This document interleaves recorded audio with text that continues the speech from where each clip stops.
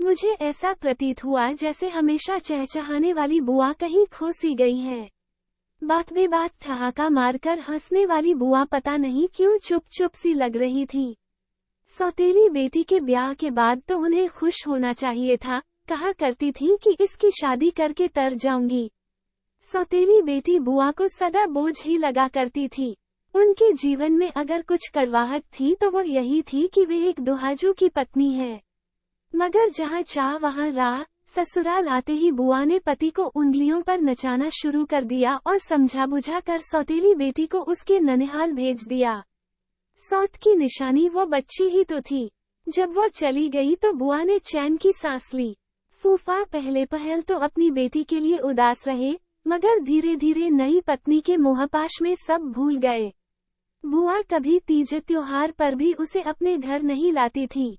प्रकृति ने उनकी झोली में 2 बेटे डाल दिए थे। अब वे यही चाहती थी कि पति उन्हीं में उलझे रहें, भूल से भी उन्हें सौतेली बेटी को याद नहीं करने देती थी।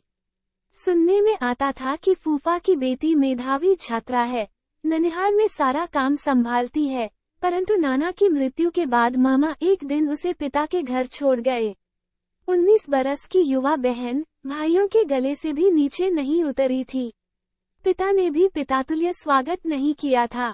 मुझे याद है, उस शाम मैं भी बुआ के घर पर ही था। जैसे बुआ की हंसी पर किसी ने ताला ही लगा दिया था। मैं सोचने लगा, घर की बेटी का ऐसा स्वागत। अन्य भाव से बुआ ने उसे अंदर वाले कमरे में बिठाया और आग्नेय दृष्टि से पति को देखा, जो अखबार में मुंह छिपाए यूं अनजान बन रहे थे, मानो उन्हें इस बात से कुछ भी लेना देना न हो। पहली बार मुझे इस सत्य पर विश्वास हुआ था कि सचमुच मां के मरते ही पिता का साया भी सिर से उठ जाता है। लाइक करे, शेयर करे, सब्सक्राइब करे। दूसरे दिन डॉक्टर से मिला, गीता की पीड़ा और उसके निदान के बारे में सब कुछ जाना। बचपन से यौवन तक पीड़ा और उपेक्षा सहने के कारण वो सामान्य रूप से पनप ही न पाई थी। पति ने छूना चाहा तो चीख उठी, क्योंकि पिता के स्पर्श की भूख ज्यादा बलवान थी। बालसुध इच्छाएं परिपक्वता पर हावी हो रही थी। हृदय की भूख और आयु की मांग में वो सीमारेखा नहीं खींच पाई थी। फिर मैं उसके स्कूल गया। मुझे देख वह धीमे से मुस्कुरा पड़ी। आधे दिन की छुट्टी दिलाकर मैं उसे समुद्र किनारे ले गया। तेज धूप में एक छायादार कोना खोज लिया। अचानक मेरे हाथ में अपना हाथ देख वह सहम गई थी। एक बात बताना गीता, क्या तुम शादी के बाद पति के साथ निभा नहीं पाई या उसका व्यवहार अच्छा नहीं था? जी, उसने गर्दन झुका ली। उसका छूना तुम्हें बुरा क्यों लगता था? वह तो तुम्हारा पति था। पता नहीं, वह धीरे से बोली। मुझे अपना मित्र समझो, अपने मन की बातें सच सच बता दो। मैं चाहता हूँ कि तुम्हारा घर संसार तुम्हें वापस मिल जाए। जी। एकाएक उसने मेरे हाथ से अपना हाथ खींच लिया और अविश्वास से मुझे निहारने लगी। तुम पागल नहीं हो, ये बात मैं अच्छी तरह जानता हूँ। तुम मुझे अच्छी लगती हो, इसलिए चाहता हूँ कि सदा सुखी रहो। जरा सा तुम बदलो, जरा सा तुम्हारा पति। इस तरह घर टूटने से बच जाएगा। वो इंसान, जिसने मेरा अपमान कर मुझे पागल ही बना दिया, वह क्या मुझे मेरा घर देगा? उसी दिन हमने और जरूरी सामान खरीदा और टूटी फूटी गृहस्थी की शुरुआत की। कहाँ पागल थी गीता, पल पल मेरे घर को सजाती संवारती, मेरे सुख दुख का ख्याल रखती।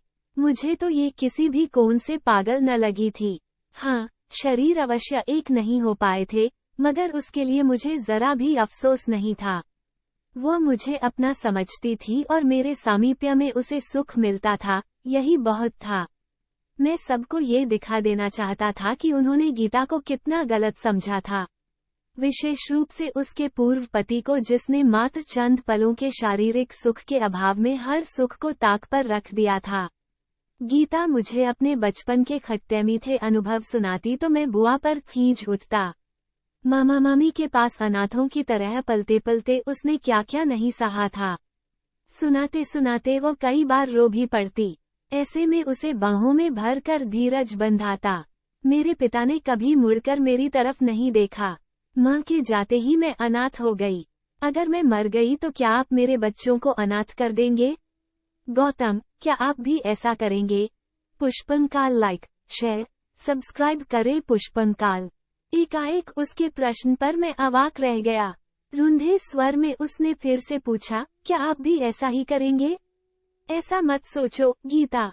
मैं तुमसे प्यार करता हूँ, तुम्हारा अनिष्ट कभी नहीं चाहूंगा।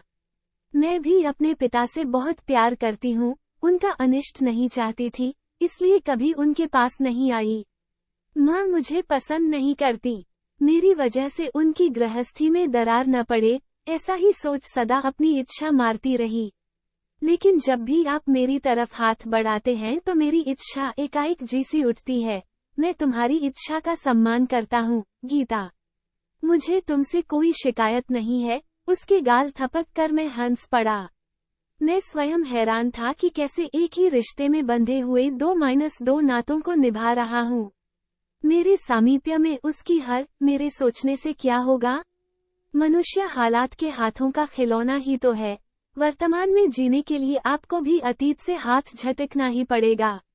आने वाले दिनों में क्या होगा, उसकी चिंता में आज का अनादर मत करो, गीता। कुछ भी उल्टा सीधा मत सोचो। अपनी भुजाओं में कसकर मैंने उसके गाल पर एक मुहर तो लगा दी, मगर उसे अवसाद से अलग नहीं कर पाया। धीरे धीरे वक्त आगे सरका। एक दिन माँ की बीमारी का तार मिला तो हम दोनों घर गए। छोटा भाई दिन रात माँ की सेवा कर रहा था।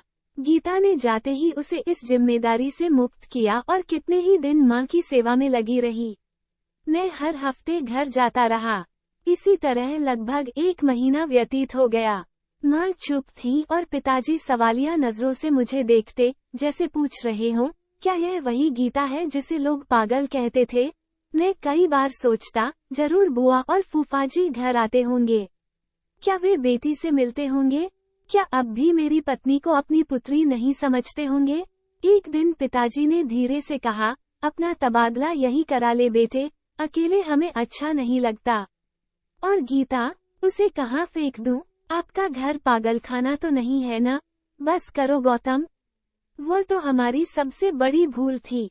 पिताजी ने अपनी भूल मान ली थी, लेकिन अपना तबादला मेरे हाथ में नहीं था।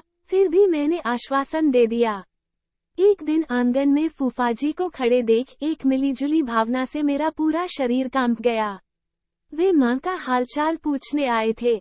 मैंने देखा, गीता अपने कमरे में चली गई है। उसके पिता ने भी शायद उसे देखना नहीं चाहा था। मेरा मन रो रहा था। जी चाह रहा था कि किसी तरह गीता को पिता से मिलवा दूं। फूफाजी के चेहरे पर आते जाते भाव में पड़ना चाह रहा था, मगर वे सामान्य रूप से आम बातें कर रहे थे, राजनीति और महंगाई की बातें। महंगी तो हर चीज हो गई है, फूफाजी।